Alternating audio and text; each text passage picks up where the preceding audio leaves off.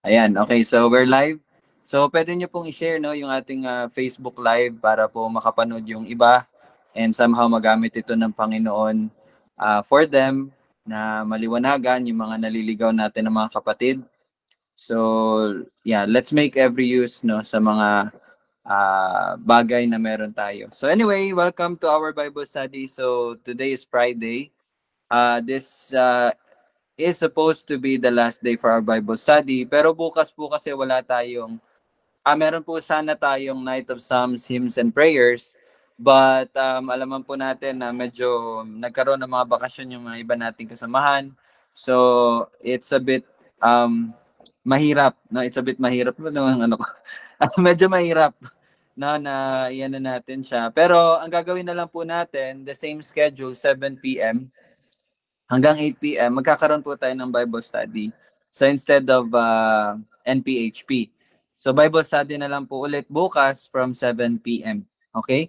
And then sa Sunday naman po, again, wala po tayong Lord's Day celebration, but magkakaroon pa rin po tayo ng Bible study. So siguro medyo bibigyan natin ng longer time, maybe 1 hour and 30 minutes sa Sunday. Pero hindi po siya sa morning. Kung okay lang po sa inyo, sa medyo hapon or gabi. Okay lang po ba? Medyo mag-pause muna kayo sa mga preparation nyo sa pagluluto. Ano muna tayo? Kung okay lang sa inyo, mga 5 p.m. or 6 p.m. or 7 p.m. Ano pong mas okay po sa inyo? Sa 31st, 31 po yan, Sunday. 5 p.m. okay lang po. Mas okay yung 5 p.m. Kasi medyo ano niyan, prepare na kayo na magluluto na kayo. So, again, bukas po, wala po tayong Bible study sa hapon kasi nga Saturday yon. Pero dapat may NPHP tayo. So, pero hindi natin magagawa yun. Instead of that, Bible study pa rin po tayo. Pero 7 p.m. po, bukas. Okay? 7 p.m. to 8. And then naman sa Sunday, wala po tayong Lord's Day, pero may Bible study tayo. Medyo mahaba konti, 1 hour and 30 minutes. 5 p.m. po ng hapon or 5:30 kasi medyo magwo-work po ako niyan eh. Pasensya na po kasi may hinahabol po ako sa work. So kaya sa hapon kasi wala na akong work noon. So sana mabigyan niyo ako ng consideration. So mga 5 or 5:30 po. 5:30 na lang para eksaktong 7 tayo matapos, no? So sa mga nagpe-prepare, medyo agahan niyo na lang konti para 5:30 to 6 free na po kayo. Okay? Pero kung gusto nyo, 11 ng midnight bago nyo salubungin or 10 p.m., pwede naman. Walang problema sa akin yun since free naman kayo lahat. Pero kung meron kayong mga party-party, yun, edi ano na lang tayo. 5:30 na lang. Okay? Pero iano nyo po yung mga party nyo, no? Yung hindi katulad ng party sa mundo. Wag po tayong makikiayon na doon. So, anyway, papatuloy tayo sa ating Bible study. Jeremiah 31, magsisimula tayo sa verse 33 hanggang 40. 33 hanggang 40. So, I would like to request someone to read, no? Okay lang po ba? Request ko po si Tita Che to read 33 hanggang 40 po. Share ko lang po yung screen ko. Teka lang po. Ano nga yun? Jeremiah 31? 1. Yes po, Verse Tita. 33? Hanggang 40 na po. Bali hanggang katapusan. 31, 33. Pakicheck nga sa live kung may tunog tayo para hindi masayang. No? Yung mga medyo may free dyan na ano. Sige po. Okay na. Okay, Tita. Jeremiah 31, verse 33 to 40. Yes po, Tita. Ngunit ito ang tipan ng aking gagawin sa sambahayan ng Israel. Pagkatapos ng mga araw na iyon, sabi ng Panginoon, ilalagay ko ang aking kautusan sa kanilang kalooban, at aking isusulat iyon sa kanilang mga puso. At ako'y magiging kanilang Diyos at sila'y magiging aking bayan. at hindi na tuturuan ng bawat isa sa kanila ang kanyang kapwa at ng bawat tao ang kanyang kapatid na magsasabi, kilalanin mo ang Panginoon, sapagkat ako'y makikilala nilang lahat mula sa pinakahamak sa kanila hanggang sa pinakadakila, sapagkat patatawarin ko ang kanilang kasamaan at ang kanilang kasalanan ay hindi ko na alalahanin pa, sabi ng Panginoon. Ganito ang sabi ng Panginoon, na nagbibigay ng araw bilang liwanag sa maghapon, at ng mga takdang kaayusan ng buwan at ng mga bituin bilang liwanag sa gabi, na nagpapakilos sa dagat upang umugong ng mga alon inyon. Ang Panginoon ng mga hukbo ang kanyang pangalan. Kung ang takdang kaayusan na ito ay humiwalay sa harapan ko, sabi ng Panginoon, ang binhi ng Israel ay hihinto sa pagiging isang bansa sa harapan ko magpakailanman. Ganito ang sabi ng Panginoon. Kung ang mga langit sa itaas ay masusukat at ang mga saligan ng lupa sa ilalim ay magalugad, akin ngang itatakwil ang buong lahi ng Israel dahil sa lahat nilang nagawa, sabi ng Panginoon. Narito ang mga araw ay dumarating, sabi ng Panginoon, na ang lungsod ay maitatayo para sa Panginoon mula sa tore ng Hananel hanggang sa pintuang bayan sa panulukan. At ang panukat na pisi ay lalabas papalayo, tuloy-tuloy sa burol ng Gareb at pipihit sa Gowa. At ang buong libis ng mga bangkay at mga abo at ang lahat ng parang hanggang sa batis ng Cedron, hanggang sa panulukan ng pintuang bayan ng kabayo, patungong silangan, ay magiging banal sa Panginoon. Hindi na ito mabubunot o magigiba kailanman. Okay, pagpalain po no ang pagbabasa ng salita ng Panginoon. Tayo po ay manalangin. Panginoon, maraming salamat sa iyong pagliligtas at patuloy na pagpapabanal sa bawat isa sa pamagitan ng banal na Espiritu. O Diyos, kami man po ay nadapa. Salamat dahil ang iyong hawak sa amin ang siyang nagpapanatili sa bawat isa. Tunay nga na ang iyong mga niligtas ay ganap na maliligtas. At kami po ay naghihintay sa iyong pagbabalik at pagluluwalhati sa bawat isa. Maraming salamat, Panginoon, na ikaw ang aming guro at wala nang iba. Hindi po ang mga ideolohiya, hindi ang kagalingan sa pagbabasa o pag-aaral, kundi sa paghahayag mo lamang kami ay makakaintindi ng iyong salita. Turuan mo kami, Panginoon, pahayagan mo kami, Panginoon, at nawa ang iyong salita ay maging totoo sa buhay ng bawat isa. Dahil ito ang iyong sabi, na ang iyong mga anak ay hindi lamang nakikinig, bagkus sila ay mga tagagawa ng iyong salita para po sa iyong kaluwalhatian. Ito aming panalangin sa pangalan ni Jesus. Amen. Okay, so magsimula po tayo sa verse 33. Now, sabi po dito, no, nabanggit yung covenant. And kahapon, I think na-define, no, nabigyan ng kahulugan ni Pastor Jens yung kaibahan ng kontrata sa, ano ba yung Tagalog ng covenant? Tipan. Okay?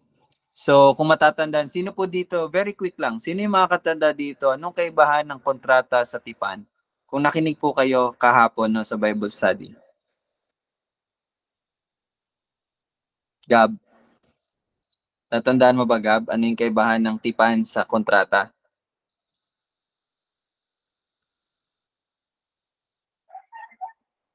Ay, nawala. Sige. Mami, ikaw, Mami.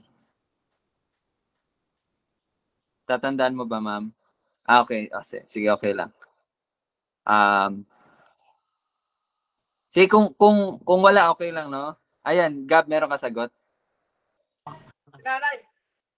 Yung kasunduan, Yes po. Diba yung pagkakaintindi ko kasi kahapon, dahil late na akong dumating, yung ginawa ng sa mga ninuno, pero sinira nila yung kasunduan. Ngayon, sa bayan ng Israel, talagang tinatak niya, itatanim niya sa kanilang mga kalooban, mga puso. Talaga siya lang talaga ang Diyos at talagang dapat kilala nila. Yun yung kahapon. Okay. So yung sinabi po ni Lola Lita, yung parang detalye, no, yung sa tipan ng Panginoon, no, sa mga Israelita. Okay, maraming salamat po, Lola Lita. Okay. So kahapon, kung matatandaan po ng bawat isa, ang kaibahan po ng kontrata sa tipan is ganito, no. Pag sinabi natin kontrata, equally magkapareho pong may kakayanan yung dalawang party. Hindi po party na nagpa-party-party, okay? But yung pag sinabi ko pong dalawang party, dalawang grupo na nagkakaroon ng kasunduan. Okay? So, 'di ba ganun yung kontrata? For example, ito si Lola Lita, no? Isa sa mga trabaho niya is kumikilos siya sa pagbebenta ng mga lupa. So, merong kontratang sinusulat na kapag ito ay nabenta mo, magkakaroon ka ng porsyento na ganito. So, parang ganun ba, no? Pareho silang may ibibigay, pareho silang may kakayanan na gawin yung bagay na pinag-usapan. Pero, ang tipan, okay? Ang tipan ng Panginoon, to be very specific, ito po ay, sa pamagitan ng dalawa, pero ang isa ay soberanya, or ang isa ang may kapangyarihan, ang isa naman ay wala. Okay? So, ibig sabihin, ang isang tipan, ang tanging makakapagbigay lamang ng tipan ay ang Panginoon dahil siya lamang ang may kakayanan. So yun po ang kaibahan ng kontrata sa tipan. Sa pakikipagtipan ng Panginoon sa mga Israelita, iyon po ay hindi kumbaga parang, dapat may gawin din kayo, but yung tipan na yun ay mangyayari o yung pangako, di ba? Isa sa mga bagay na kasali sa tipan ay ang pangako. Okay? Pangako. So ang pangakong iyon ay gagawin ng Panginoon regardless, pag sinabi po natin regardless, kahit na ano pa man ang mangyari or kumbaga hindi siya nakadepende sa ibang bagay. 'Di ba pag ang kontrata, okay, bibigyan kita ng okay, for example, magkaroon tayo ng kontrata, no? Bibigyan kita ng 5,000 every month as your allowance basta mapanatili mo yung grades mo na 99, no? Lahat ng subject 99. Pag na hindi mo 'yun nagawa, hindi na kita bibigyan ng allowance. So, 'yun yung kontrata. Pag na-fail mo, wala na. Ex na agad, 'di ba? Pero ang tipan po, yung pangako ay tiyak na gagawin nung nakipagtipan. Okay? So again, bakit ko po ito fino-focus muna? Kasi gusto ko po sanang bigyan ng ano ba tawag dito? Yung mas intindihin natin yung lumang tipan sa bagong tipan. Okay? Yung Old Covenant sa New Covenant. Kasi dito sa verse 33, sabi ng Panginoon, ngunit ito ang tipan na aking gagawin sa sambahay ng Israel pagkatapos ng mga araw na iyon. So binigay niya ano yung tipan, no? At diniscuss natin yun kahapon. So hindi mo na ako masyadong magtatakel about dun sa tipan na binanggit dito. Pero mamaya masasabi natin yun. Pero gusto ko lamang pong bigyang diin yung Old Covenant or yung lumang tipan sa bagong tipan. Okay? So ano po yung lumang tipan? At ano naman yung bagong tipan?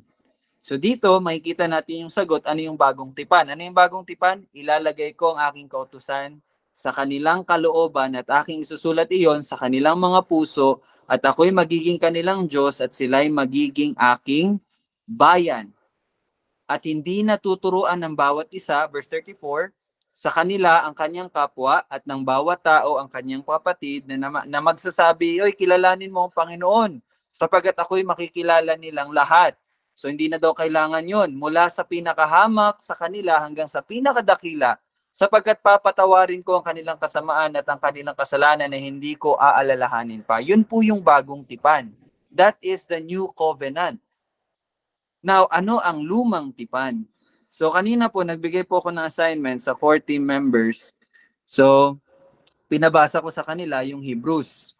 chapter 9 at chapter 10. Pero maganda pala na sinali niyo yung chapter 8. So mga tatay, nanay, please listen carefully sa ating mga anak sa kanila pong pagdi-discuss ano po yung kaibahan ng lumang tipan at bagong tipan. Ready na ba kayo, core team? Sino ba yung nasa core team? Jamie, Yana, Gab, no? Arshan, Ara at Siren. Okay? So ano yung kaibahan ng old Sa lumang tipan kasi, sa sige. panahon ni Moses, yung nagpapatid sila ng hayop para sa kapatawad ng kasalanan ng mga tao. Pero sa bagong tipan, sa panahon ni Jesus Christ, siya na mismo yung dugo niya, inalay niya para magkaroon ng kaligtasan ng mga bawat tao. Inalay ni Jesus Christ yung buhay niya para sa kasalanan, para sa pagpapatawad ng kasalanan ng mga tao. Yun ang bagong tipan. Yun ang pagkakaiba sa unang tipan at sa bagong tipan. Sa lumang tipan kasi, panahon ni Moses, ginawa niyang batas na magpatay ng mga hayop, binibilig sa altar, ikapagpapatawad ng mga kasalanan ng tao. Pero sa panahon natin ngayon, si Jesus Christ, sa bagong tipan, buhay na niya mismo ang inalay niya. Minsan lamang siya, hindi katulad nung sa lumang tipan na halos taon-taon ginagawa nila yon. Pero kay Jesus Christ, minsan lamang ginawa ang pagliligtas ng sangkatauhan. Yun lang po. Alright. Salamat po, Lolo Myong, no, sa panimula. Okay, Daddy, ikaw. Ang lumang tipan, yun ay nasulat sa titik. Tapos? While ang bagong tipan ay nasulat sa puso ng bawat pinili. Okay, ayun, nadagdagan pa po tayo ng detalye. Salamat po, no, Lolo Myong and Daddy Jess. So, simulan natin kay Lolo Myong. That was a very good start. Ang lumang tipan ay ang nakasaad po doon, no, ay yun nga yung paghahandog ng hayop or dugo ng hayop bilang kapatawaran, no, sa kasalanan na nagawa ng mga Israelita, no? Pero ang bagong tipan, ito po ay patungkol sa kamatayan, no, ng Messiah or yung tagapagligtas na siyang kumbaga isang beses na lang yung pagsasacrifice para sa mga kasalanan. So, ayun, no, and kanina nabanggit naman ni Daddy na ang lumang tipan ito ay nakasulat sa dalawang tipas ng bato, no? But ang bagong tipan ay nakasulat na sa mga puso ng mga pinili. So very specific po, no? So salamat doon, no, sa additional na yon. Okay. So ngayon naman, again, mas bigyan pa natin ng detalye, no?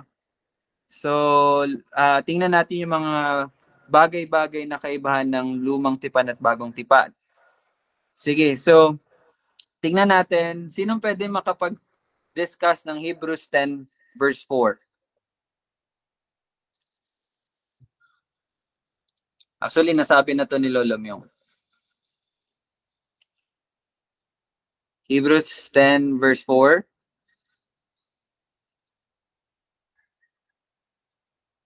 Ito yung sa Old Covenant. Sige, paki-discuss na lang. Core team. Ara, Arshan, Jamie, Yana, Siren, Gab. Pero yung mga tatay nanay, pwede din po kayong sumagot. Ito, isa to sa verse na nagpapakita ng kaibahan ng lumang tipan at bagong tipan. Actually, na-discuss na to ni Lolo. So, sige, mag-move on na lang tayo para hindi natin sa oras, no? So, dito sa Hebrews 10 verse 4, sapagkat hindi maaring mangyari na ang dugo ng mga toro at ng mga kambing ay makapag-alis ng kasalanan. So, Old Testament or the Old Covenant, yon yung pag-aalis ng kasalanan ay sa pamagitan ng dugo ng mga toro at ng mga kambing. Ngunit, hindi to fully na naalis. Pero in the New Covenant, sa bagong tipan, ito yung sa bagong tipan. Verse 10.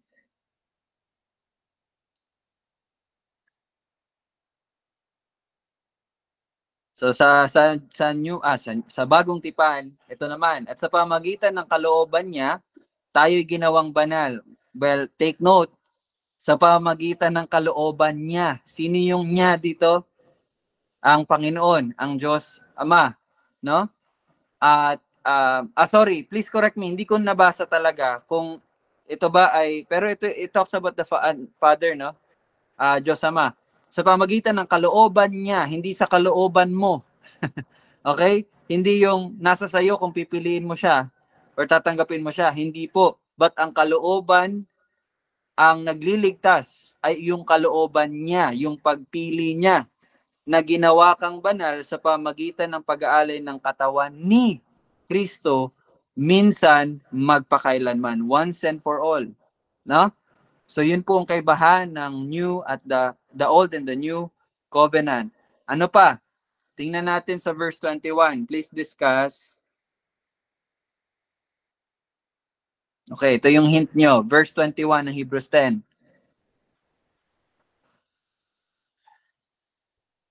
Ito yung mga parang defining differences po ng new tsaka old.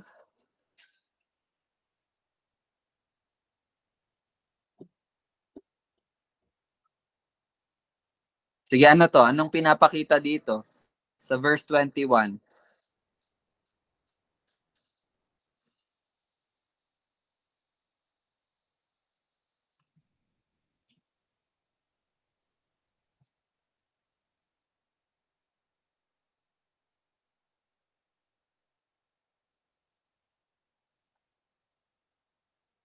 Okay? So basahin ko po, no? At yamang mayroon tayong isang pinakapunong pari sa bahay ng Diyos. So ito yung sa bagong tipan. So kanina nabanggit yung mga pag-aalay ng mga alay or handog bilang kapatawaran sa kasalanan. Ngayon naman, binanggit dito yung pari. Kung matatandaan nyo po, ang mga pari po ang naghahandog. Tama? Okay? So isa ito sa kaibahan ng bago at ng lumang tipan. So ano to? Sa lumang tipan, ano?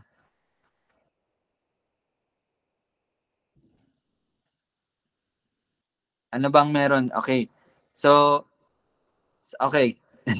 Sa lumang tipan po, meron din pong punong pari. Natatandaan niyo po yon, may punong pari.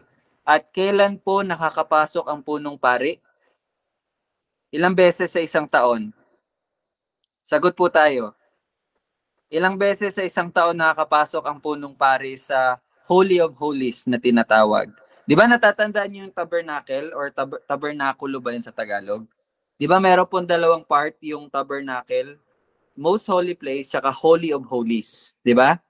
Tapos kung matatandaan niyo po doon, yung Holy of Holies po is meron po siyang takip, yung tinatawag na basta may takip po yon, at nung namatay po si Jesucristo, yun po ay napunit. Tatandaan niyo po yon. So tuwing kailan po pumapasok ang punong pari sa Holy of Holies?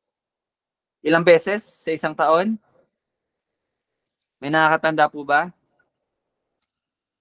Kahit hindi nyo nasagot, ano nyo lang yung daliri nyo kung ilan. Si Jamie sumagot. Ano sagot mo, Jamie? 1. Okay. So isang beses lang po sa isang taon nakakapasok ang punong pari. At anong ginagawa niya sa Holy of Holies? Doon nga po niya inihahandog ang mga dugo or alay para sa kapatawaran ng mga Israelita sa buong taon. Okay? So yun, paulit-ulit po yun. Once a year po yun. Yun po yung condition sa lumang tipan. Pero anong sabi dito sa Hebrews 10:21? Yamang mayroon tayong isang pinakapunong pari sa bahay ng Diyos. At kung babasahin natin yung 22, tayo lumapit na may tapat na puso sa lubos na katiyakan ng pananampalataya na ang mga puso ay winisikang malinis mula sa isang masamang budhi at nahugasan ng ating katawan ng dalisay na tubig. So ano pong sinasabi dito? Ito pong high priest natin, which is, sino yung high priest natin sa bagong tipan? Di ba, ang punong pari sa lumang tipan, mga Levites, no? Sa tribe ni Levites, di ba? Pero sa bagong tipan, sino ang ating pinakapunong pari? Yan ay si Jesucristo. Jesus Christ. Siya ang ating high priest sa bagong tipan. At ilang beses siyang pumunta sa Holy of Holies? Isang beses. Sino at anong hinandog niya? 'Di ba? Yung mga punong pari sa lumang tipan, no, yung mga dugo ng kambing, toro. Pero sa New Testament, sa bagong tipan, ang inihandog niya bilang alay ay ang kanyang sarili. Okay? Naintindihan niyo po 'yon? Yun po ang kaibahan, isa sa mga kaibahan ng lumang tipan sa bagong tipan. Okay? At 'di ba, sa lumang tipan, alam niyo po ba ang punong pari pinapalitan 'yan? Nabasa niyo ba 'to, core team? 'Di ba ang punong pari pinapalitan 'yan? Why? Kasi namamatay sila. Pero sa bagong tipan, hindi napapalitan ng punong pari. Jesus Christ. Why? Bakit? Kasi Jesus Christ lives for eternity. Hindi siya namamatay. Siya ay nananatiling buhay. At siya ay patuloy na pinagsisilbihan tayo, no? Siya ang ating punong pari sa bagong tipan. So yun po, isa yun sa mga bagay, no? Ano pa? Hebrews 9:10. Tingnan natin yung Hebrews 9:10. Ano sabi dito? Kundi tungkol lamang sa mga pagkain at mga inumin at iba't iba pang paghuhugas na mga alitutunin tungkol sa katawan na pinatutupad hanggang sa ang panahon ay dumating upang may saayos ang mga bagay. So ano pong sinasabi dito sa chapter 9 verse 10? Ito po ay patungkol sa lumang tipan. Na ang lumang tipan pala, no? Ang lumang tipan ay tungkol lamang sa mga pagkain, pakinggan nyo po, at mga inumin at iba't iba pang paghuhugas. Di ba? Yun po yung ginagawa sa lumang tipan. Na mga alintuntunin tungkol sa katawan na ipinatutupad hanggang sa ang panahon ay dumating upang maisaayos ang mga bagay. Ano pong sinasabi dito? So, ibig sabihin po pala, ang lumang tipan ay paghahanda lamang siya, no? Sa tunay or yung sa realidad, no? Yung sa kumbaga yung sa real or yung totoo na tipan. Pag sinabi ko pong totoo na tipan, hindi ko po sinasabi na peke yung lumang tipan. Yan, mamaya tatanong ko po yan sa inyo. But again, the reality, no? Ang lumang tipan ay paghahanda lamang para sa realidad ng tipan ng Panginoon. Okay? So, bakit? Ano ba ang bagong tipan? Basahin natin yung Galatians 6:15. Hindi ko 'to nasali sa ng core team, no, pero basahin natin Galatians 6:15. Tingnan niyo po 'to. Sapagkat ang pagtutuli o ang di pagtutuli ay walang kabuluhan. Ano tong pagtutuli at di pagtutuli? Kung matatandaan niyo po, 'di ba, sa Old Covenant, sa lumang tipan, 'di ba? Ano ang tanda ng pakikipagtipan ng Panginoon kay Abraham? Sino nagbasa dito ng Genesis? Ano ang tanda ng pakikipagtipan ng Panginoon kay Abraham, 'di ba? Sa pamagitan ng pagtutuli, 'di ba? Circumcision. 'Yun po ang patunay, no? But ano pala ang tipan talaga? Ano ba ang realidad ng tipan ng Panginoon? Ano 'yon? Ang bagong nilalang. 'Yun po ang kaibahan ng lumang tipan sa bagong tipan. Ang lumang tipan, hindi lang 'yon, pagtutuli, 'di ba? Circumcision. Pero ang tunay pala nito na pinapakita at ipinapahayag ay ang bagong nilalang. Yan po ang kaibahan ng bagong tipan sa lumang tipan. Naintindihan niyo po ba yon? Okay? Na kung babasahin natin sa Hebrews 10, teka lang po, Hebrews 10 verse 1, saan na yun? Okay, Hebrews 10 verse 1. Yamang ang kautusan ay anino lamang. So pag sinabi po nating kautusan, ito po ay nagre-represent sa lumang tipan.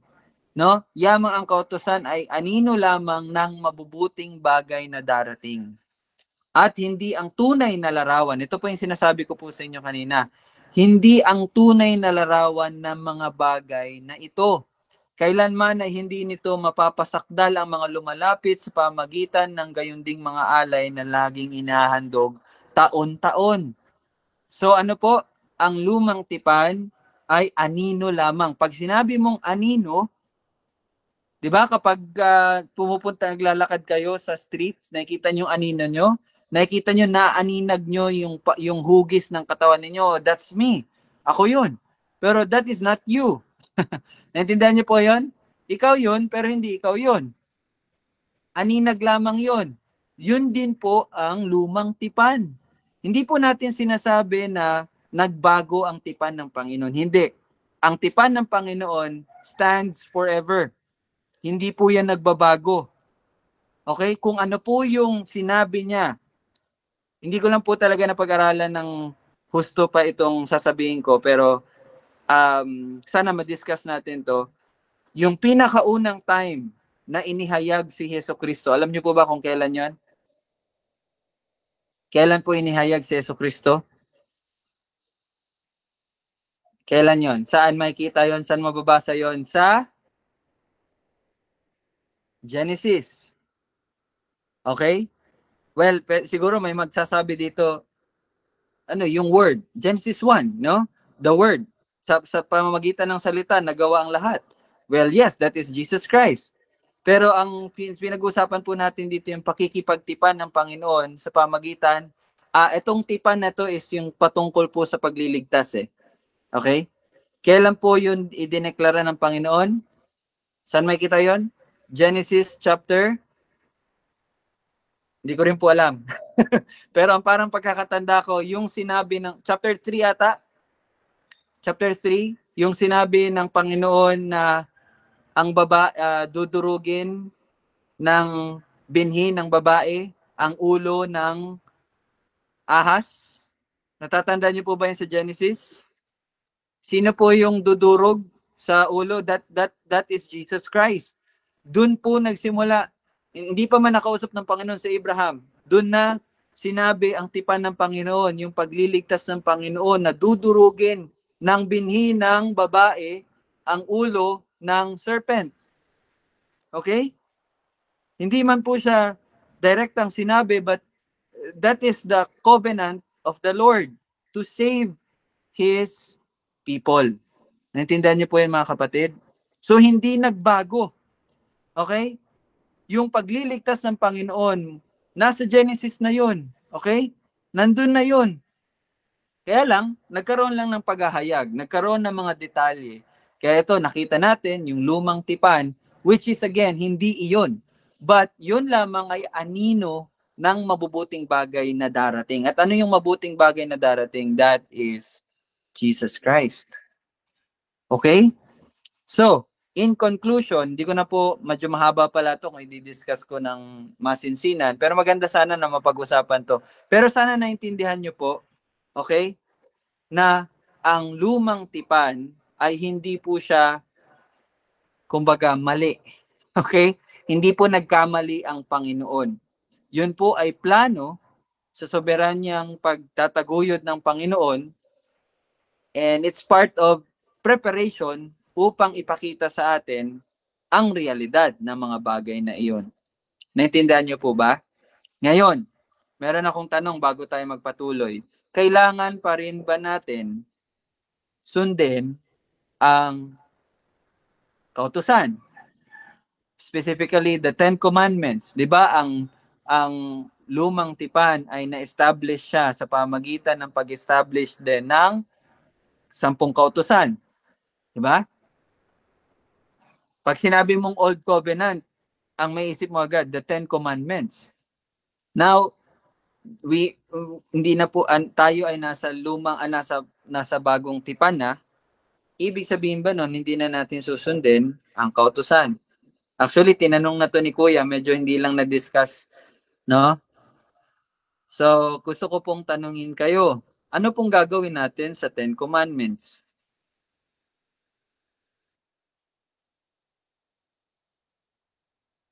Sige po, Lolo Myong. Parang may sasabihin si Lolo Myong. Hindi, yung batas ng Ten Commandments, dala na rin ngayon yun sa Bagong Tipan. Sa Lumang Tipan kasi, 10 yun sinabi ng Panginoon. Pag-ibig sa Panginoon, pag-ibig sa kapwa. Pero sa panahon ni Jesus Christ, ibigin mo ang Diyos na higit sa lahat, buong puso, buong lakas, kasi ibigin mo yung kapwa gaya ng iyong sarili, ibig sa sarili. Kaya yung dalawang kautusan na yun, dala na yung Ten Commandments na sa unang tipan. Dala na ni Jesus Christ yun sa kanyang mga utos. Yun lang. Inutos niya. Okay, salamat po Lolo Myong. I think nasagot po yung tanong, no? Na ano talaga na ni Lolo Myong. So, babasahin po, medyo i-discuss ko lang po sa inyo. Tama po yung sagot ni Lolo Myong, no? Hindi na po natin kailangan, okay? Makinig po kayo. Hindi na po natin kailangang sundin ang kautusan or the 10 Commandments.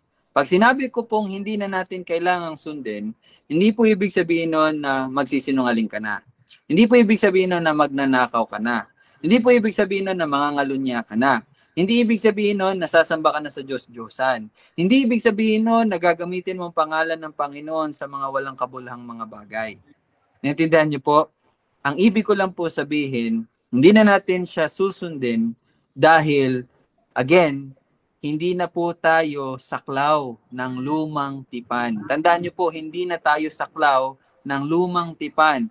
But we are saklaw, we are under the new covenant. And ano po yung kautusan sa bagong tipan? Ano yung kautusan sa bagong tipan? Sinabi na po ni Lolo Myong, the law of Christ. Ano yung law of Christ?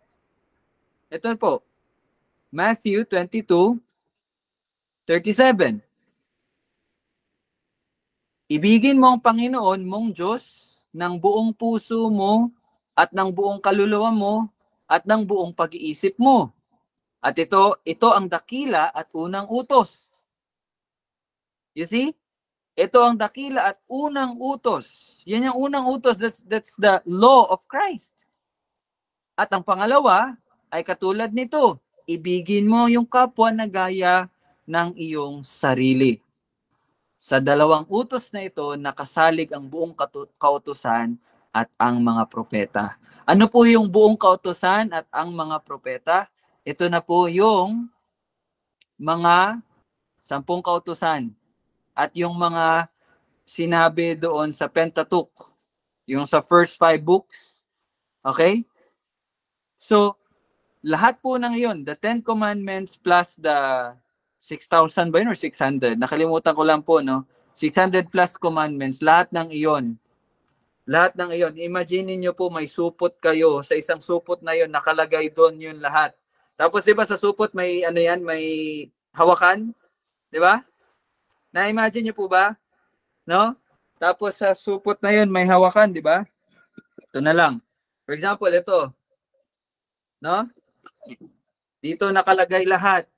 Dito nakalagay lahat yung 10 kautusan at ang mga propeta. Tapos, itong lahat ng ito nakahang sa 2 kautusan. Ano yon? Love the Lord your God with all your heart and love your neighbors as yourself. Tingnan nyo po, nakahang. Parang ganyan po yung picture niya. So if itong sinusunod mo tong 2 kautusan na ito, nasusunod at nagagawa mo na rin tong lahat ng kautusan na binanggit sa lumang tipan. Naintindihan nyo po yon? Bakit? Paano mo mamahalin ang iyong kapwa? Siyempre, hindi ka magsisinungaling, hindi ka magnanakaw, hindi ka mangangalunya. Paano mo mamahalin ng Diyos ng buong puso mo? Hindi ka sasamba sa ibang Diyos-Diyosan. Hindi mo gagamitin ang kanyang pangalan sa mga bagay na walang kabuluhan. Di ba? Naintindihan niyo po ba? Okay? We don't need. Hindi na natin kailangan iperpekto or sundin yung kautusan sa lumang tipan. Why? It was already fulfilled by Jesus Christ. Di ba? Nagawa na yun. Tapos na yun. Okay? And tapos na, nakalaya na tayo. Malaya na po tayo doon. Okay? Malaya na po tayo doon. But now, we are under the law of Christ. At ano ang law of Christ? To love the Lord your God with all your heart and love your neighbors as yourself. Naintindihan niyo po ba yan, mga kapatid? Okay? So, again, hindi na po tayo saklaw ng Old Covenant. Sige po, Lolo Myong. Merong but sa bagong tipan, masasabi ko lang, kung anong masama sa iyo, wag mong gagawin sa kapwa mo. Yun lang. Okay. Lolo, na-mute ka. Sige, parang binabanggit po ni Lolo Myong yung the golden rule ba yun? Okay. Sige, Dad, may sasabihin ka, Dad? Okay. Sige po. So, yun po ang kaibahan ng lumang tipan sa bagong tipan. Okay? Sige, si Tito Bongata may sasabihin. Kasi totoo yan. Kasi ang lumang tipan ay nabasa man natin yung lumang tipan. Ito yung nagtatag ng prinsipyo at naglalarawan ng ito ay naglalarawan ng katotohanan sa bagong tipan. Kaya yung mga hula sa lumang tipan ay naganap na doon sa bagong tipan. Yan. Amen. So tapos na, no? Tapos na. So kaya malaya na tayo doon. Okay? At meron akong verse na nabasa kanina Yung lumang tipan or yung kautusan ay nagsisilbing guardian natin. Ano ba yung guardian? Yung parang tigapag-alaga ba, no? Parang yun yung nagiging natin nagiging gabay natin habang hindi pa dumadating yung tunay. So yun po din ang isang naging purpose nung kautusan or nung lumang tipan. Pero ngayon hindi na po tayo under that guardian, di ba? But we are now under the care of God through Christ. Okay? So ngayon, balik tayo sa verse 33. Verse 33 pa lang tayo. Verse 33. At aking isusulat iyon sa kanilang mga puso. Now, gusto ko lang pong bigyan kayo ng chance na may hayag po ang inyong, 'di ba, sa inyong pag-aaral. Anong ibig sabihin, no, pag sinabing aking isusulat iyon sa kanilang mga puso? Ano ibig sabihin ng Panginoon nang kanyang sinabi, aking isusulat iyon sa kanilang mga puso? Meron po ba kayong naiisip or may mga verse po bang dumadating, no, nagpa-pop up sa mind nyo kapag nabasa nyo tong aking isusulat iyon sa kanilang mga puso? Kasi kung naalala nyo po yung verse na yon, yun ay makakatulong sa atin upang mas maintindihan natin anong ibig sabihin ng Panginoon nang sinabi niya na ang kanyang tipan ay isusulat niya sa kanilang mga puso. Short lang to, no? Hindi to mahaba. Sige po. Actually, nabanggit na siya kanina.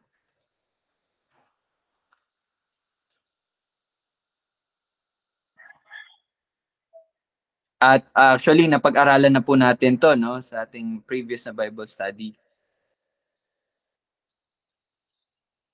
Pero gusto ko lang pong may discuss natin upang maging sa pagkakaalam ko, siya lang talaga ang dapat natin sundin, kanyang mga utos, dahil sa salitangan yun na kailangan natin gawin at ipakita. Na siya lang talaga, wala nang iba. Tama yun. Okay, so para sa naintindihan ko po sa sinabi ni Lola Lita, no? Kumbaga, wala ka ng ibang talagang susundin, ang Diyos lamang, no? Okay, so ayun, maganda po yung panimula, no? Or hint sa atin, no? Tungkol po sa tanong na anong ibig sabihin na isusulat ko or ilalagay ko ang utos. Ikaw ba, Dad? Nag-hands up ka ba? Sige po, Dad. Nakamute ka po. Ito ang paraan ng Diyos upang tayo ay mabuhay. Okay? So, nung nabasa natin, yung ibig sabihin, isusulat ko ang aking kautusan sa kanyang puso. Yung pagbubuhay or pagbibigay buhay ng Panginoon, no, sa atin. So, yun, parte po yun, no, ng sagot. Actually, parte po yun. Sige, para mas mapadali po, basahin natin yung 2 Corinthians 3:3. Sabi po dito, ipinapakita ninyo na kayo'y sulat ni Kristo, na iniingatan namin, isinulat hindi ng tinta, actually nabanggit mo to dad kanina, kundi ng Espiritu ng Diyos na buhay. Hindi sa mga tapyas ng bato, kundi sa mga tapyas ng puso ng tao. So dito po actually, si Apostol Pablo ay kinakausap niya mga taga-Korinto at dito, ginawan niya ng comparison. Ano ba yung kaibahan ng hindi man directly, but actually ang diniscuss niya po is yung bagong tipan at lumang tipan eh. Di ba? Diniscuss niya dito yung bagong tipan at lumang tipan. Ang lumang tipan, yung mga letra o yung kautusan nakasulat sa tapyas ng bato. Pero sa bagong tipan, ang mga letra or yung kautusan ay nakasulat sa puso ng tao. Okay? At yung tinta, di ba, ang pinag-usapan natin kung saan nakasulat. Pero yung ginamit na pangsulat, kung sa lumang tipan, tinta ng, ewan ko lang kung anong ginamit ni Moises, pero sa bagong tipan, tinta ng Espiritu ng Diyos na buhay. So yun, nabanggit ni Daddy, yung pagbibigay buhay. Kasi tayo nabuhay muli sa pamagitan ng Espiritu ng Diyos. Okay? Pero anong ibig sabihin ni Pablo dito? Nung sinabi niya, ipinapakita ninyo na kayo sulat ni Kristo. Now, hindi natin ito may sasagot kung hindi natin babalikan ano ba yung konteksto nitong 2 Corinthians chapter 3. So para hindi po tayo magtagal, ang konteksto po nito ay ano? 'Di ba? Pinapakita ni Pablo kung sino ang tunay na mga alagad ng Diyos. 'Di ba? Yung mga bulaan, anong pinapakita nila? Sulat ng recommendation ng tao. O yan sila, tunay yan sila, no? Sulat lang. Pero ang sabi ni Pablo, ipinapakita ninyo na kayo'y sulat ni Kristo. Yun yung patunay na kami, sabi ni Pablo, kami ang tunay na alagad ng Diyos. Sa pamagitan ng na kayo. Kayo ang sulat ni Kristo. Kayo yung patunay na kami ay alagad ni Kristo. So anong ibig sabihin niya? Ano ang patunay? Ano ang ibig sabihin ng isinulat ng tinta sa pamagitan ng Espiritu at isinulat sa tapyas ng puso ng tao? Anong ibig sabihin nito? Ang bagong buhay. Naintindihan niyo po yun? Apostle Paul is talking about yung pagbabago ng buhay ninyo ay patunay na kayo ay sulat ni Kristo at kami ay mga alagad ng Diyos. Naintindihan niyo po yun? So, ibig sabihin, mako-connect natin siya sa Jeremiah 31:33 na sinabi ng Panginoon, aking isusulat iyon sa kanilang puso. Ibig sabihin po pala noon, yung buhay na bago. Buhay na patuloy na nagbabago. Kasi, di ba, sanctification. Di ba? Naintindihan niyo po yun, pagpapabanal ng Panginoon. So, bakit ko po ito hina-highlight? Kasi kapatid, kung tayo po ay kabilang dito sa tipan, kung tayo po ay kabilang sa mga tao na tinuruan ng Panginoon, di ba kahapon na-discuss natin yon? Sila ay tuturuan ko, di ba?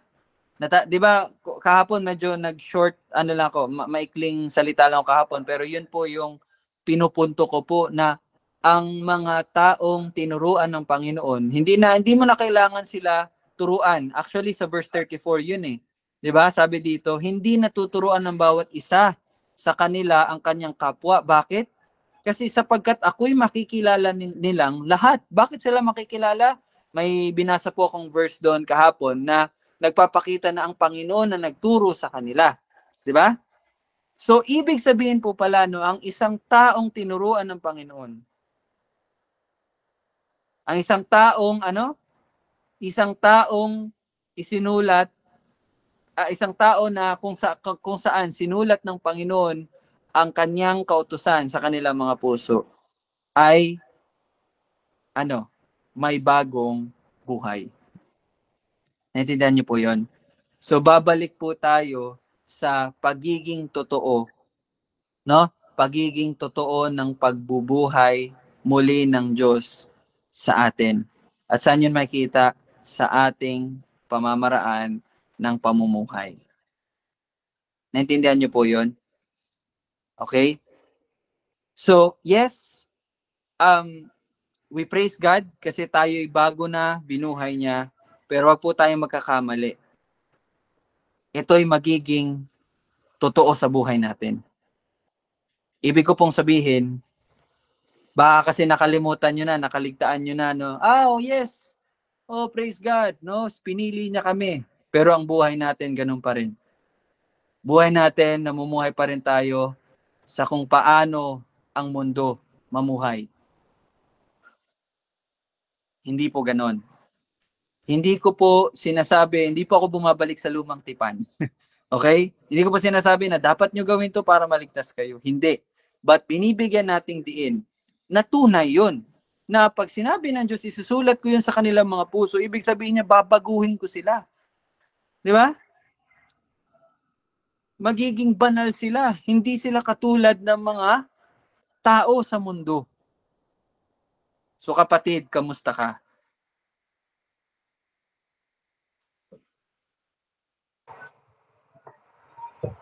Sige, Lola Myong, parang may sasabihin si Lola Myong. Ang ibig ko sabihin, yung mga taong binago ng Diyos, pinahalaga ng Panginoon yun. Kaya yung batas ng Diyos, isinulot sa puso at sa kaisipan ng tao, yung mga sumusunod sa Kanya. Kaya, tawag dito. Kaya nakikita naman sa tao ang pagbabago sa kanyang pamumuhay. Sa pang-araw-araw ng buhay, katulad natin sa mundong ito natin ginagalawan, nakikita ng tao ang taong binago ng Diyos ay sa kanyang pamumuhay. Yun lang. Okay. Isa matuwid.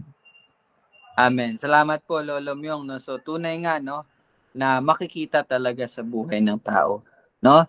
Again, hindi natin siya ginagawa para maligtas. But yun ay patunay na tayo na ay ligtas. Okay? So, kanina, habang nakikinig po ako sa radyo, may radyo na po tayo, no? Sana yun din po pakinggan nyo. Ang word talaga, salita talaga ng Panginoon. Kaya nga kanina, na-share ko po sa GC natin, no? Basahin ko lang po uli. Sabi po dito sa verse na ito, napakaganda, no?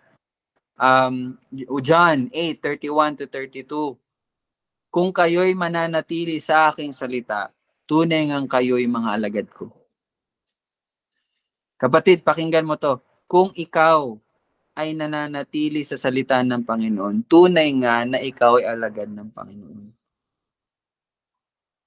Well, actually, ang ibig sabihin dito ng Panginoong Hesukristo is yung pinapamuhay yung salita eh. 'Di ba? Pero paano natin ipapamuhay kung hindi naman tayo nag-aaral ng salita ng Diyos? Ayan na naman. Yana, welcome back. Nandito na po ako ulit. Ito na naman po ako magpapaalala sa inyo, mag-aral kayo ng salita ng Panginoon. Kasi nagbakasyon tayo. No? So, we praise God kasi binabalik tayo ng Panginoon. Okay? Mga kapatid, salita ng Panginoon. Mag-aral kayo ng salita ng Panginoon. Okay? I hope and pray na ito'y magkakaroon ng dating sa mga puso ninyo. Now, patuloy tayo. Sige lang, meron pa tayong 2 minutes. Natapos natin yung 33, 34. Sana naging klaro na po sa inyong lumang tipan at bagong tipan. Ngayon, medyo quick lang tayo, no? Actually, yung hanggang 40, pwede nang matapos actually. Pero maganda lang talagang bigyan ng detalye. Okay. Ito po, no, ganito ang sabi ng Panginoon na nagbibigay ng araw bilang liwanag sa maghapon at mga takdang kaayusan ng buwan at ng mga bituin bilang liwanag sa gabi na nagpapakilos sa dagat upang umugong ang mga alon niyon, ang Panginoon ng mga hukbo ang kanyang pangalan. Now, parang ano po, no? Parang ginagawa dito sa verse 35, pinapakita kung ano ang Panginoon at kung sino ang Panginoon at kung ano ang mga ginawa ng Panginoon. Now, verse 36, kung ang takdang kaayusan na ito ay humiwalay sa harapan ko. Ibig sabihin, yung araw, no, nawala na ng ilaw, mga ganun ba? Yung dagat, wala na, hindi na nag-high tide, hindi na naglo-low tide, no? Sabi dito, kung ang tandang iyon ay humiwalay sa harapan ng Panginoon, sabi ng Panginoon, ang binhi ng Israel ay hihinto sa pagiging isang bansa sa harapan ko magpakailanman. No? Sabi niya, yun, pag nawala yun, pag naulit yung lahat, hindi na magiging, binhi, no? Hindi na magiging akin ng Israel, sabi ng Panginoon. Dinagdagan niya pa sa verse 37.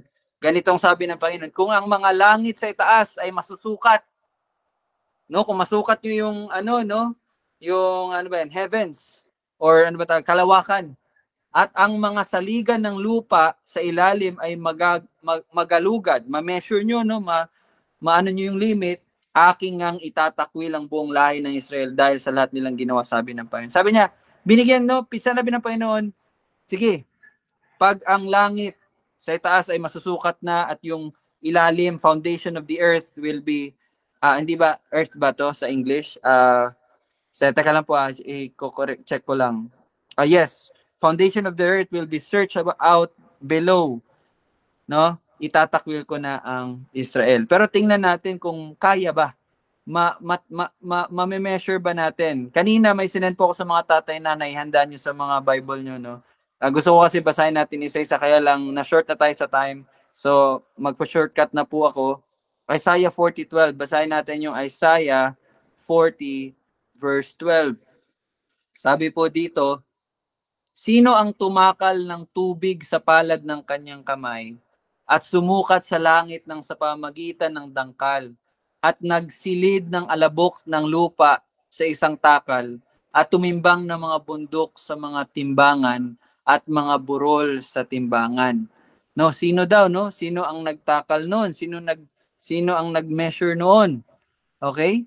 And in Jeremiah 33:22, sabi po dito, kung paano ang lahat ng natatanaw sa langit ay hindi mabibilang. No, may sagot na. Mabibilang ba? Masusukat ba? Sabi dito, no, kung paanong ang lahat ng natatanaw sa langit ay hindi mabibilang at ang mga buhangin sa dagat ay di masusukat, gayon ko pararamihin ang binhi ni David na aking lingkod. So wag na nating fokusan yun. Ito yung focus natin, yung first phrase. Hindi mabibilang at hindi masusukat. So ibig sabihin po, ang sinasabi po ng Panginoon natin dito sa verse 35,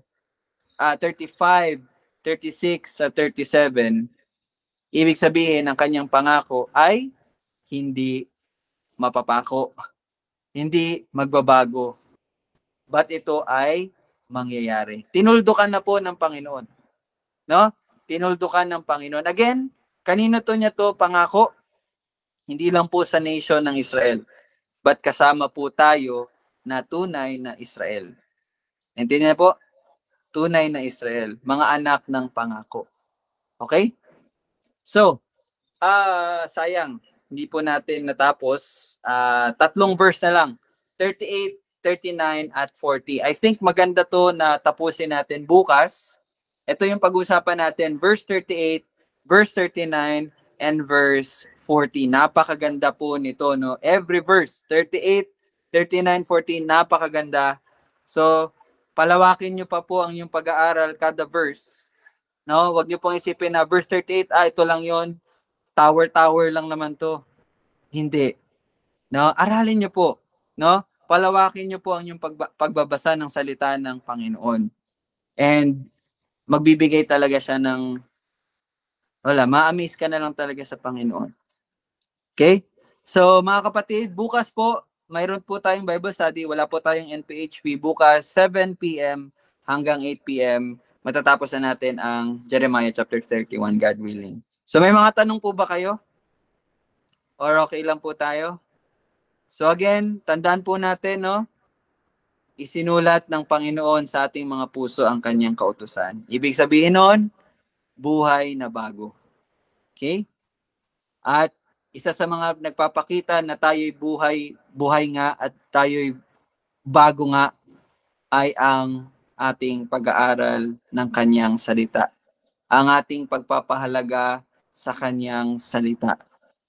Huwag niyo po yung kakaligtaan, no? Pwede kang maging isang miyembro ng isang kilusan, hindi, ng isang church. Pero kung wala po tayong personal na pag-aaral ng salita ng Diyos, or kung hindi man tayo nagkakaroon ng puso na nagnanais at hilig na aralin ng kanyang salita, kung ang salita ng Panginoon ay secondary lamang sa iyo, pero ang primary sa buhay mo, yung mga bagay sa mundo, paglilinis ng bahay, paglalaba, kain, lakwatsa, school, sana hindi gano'n ang maging mangyari sa atin. Kasi hindi yun ang tanda. Na? Si Paul alam yung parang may dadagdag. Meron lang akong isi-share para sa ating lahat. Sinabi ni Jesus Christ na sikapin ninyong pumasok sa makitid daan ng buhay. Titid ang pinto. Pasan ninyo yung cross at sumunod sa akin. Yun lang yung isi-share ko. Sinabi natin Panginoon Jesucristo yun sa lahat ng tao. Sa ating lahat. Pasan ninyo ang cross at sumunod sa akin. Yun lang. Amen. So lahat ng mga niligtas ng Panginoon sa makipot na daan, dumadaan. At nakikita nila yon. Okay? Nakikita nila yon. Sige po, tayo po ay manalangin. Maraming salamat, O Diyos, sa pagtuturo mo sa amin at sa pag-ahayag at patuloy na pagpapalawak ng pag-iintindi sa iyong salita. Panalangin ko po kung meron man pong nangangailangan ng iyong pagpapalakas at pagtutuwid at pagtitibay muli. Ang bawat isa na nakakarinig ngayon, Panginoon, ikaw ang siyang kikilos at ikaw po ang magbibigay ng kagalakan, kasabikan upang makinig sa iyo, upang kilalanin ka, upang sundin ka sa pamagitan ng pag-aaral ng iyong salita. Panginoon, ang aming pagkain ay gaya ng iyong anak na si Jesucristo na ang kanyang pagkain ay ang pagsunod at paggawa ng iyong kalooban. Naway ito din ang maging totoo sa buhay ng bawat isa. At amin itong gagawin sa pamagitan ng pag-aaral ng iyong salita. Naway ang salita mo ay siyang tumimo sa buhay ng bawat isa, hindi ang mga bagay dito sa mundong ito, at hindi yung mga pleasures na ini-enjoy namin sa mga buhay namin. Panginoon, itama mo po ang bawat isa. Pabanalin at ingatan, Lord, na walang sino man ang siyang mabubuwal. Salamat, Panginoon, dahil ito'y gawa mo at ikaw po ang bigyan ng papuri at kaluwalhatian. Ito aming panalangin sa pangalan ni Jesus. Amen at amen. Thank you po. See you po bukas 7 p.m. 7 p.m. po tayo bukas. Thank you. God bless. Bye-bye.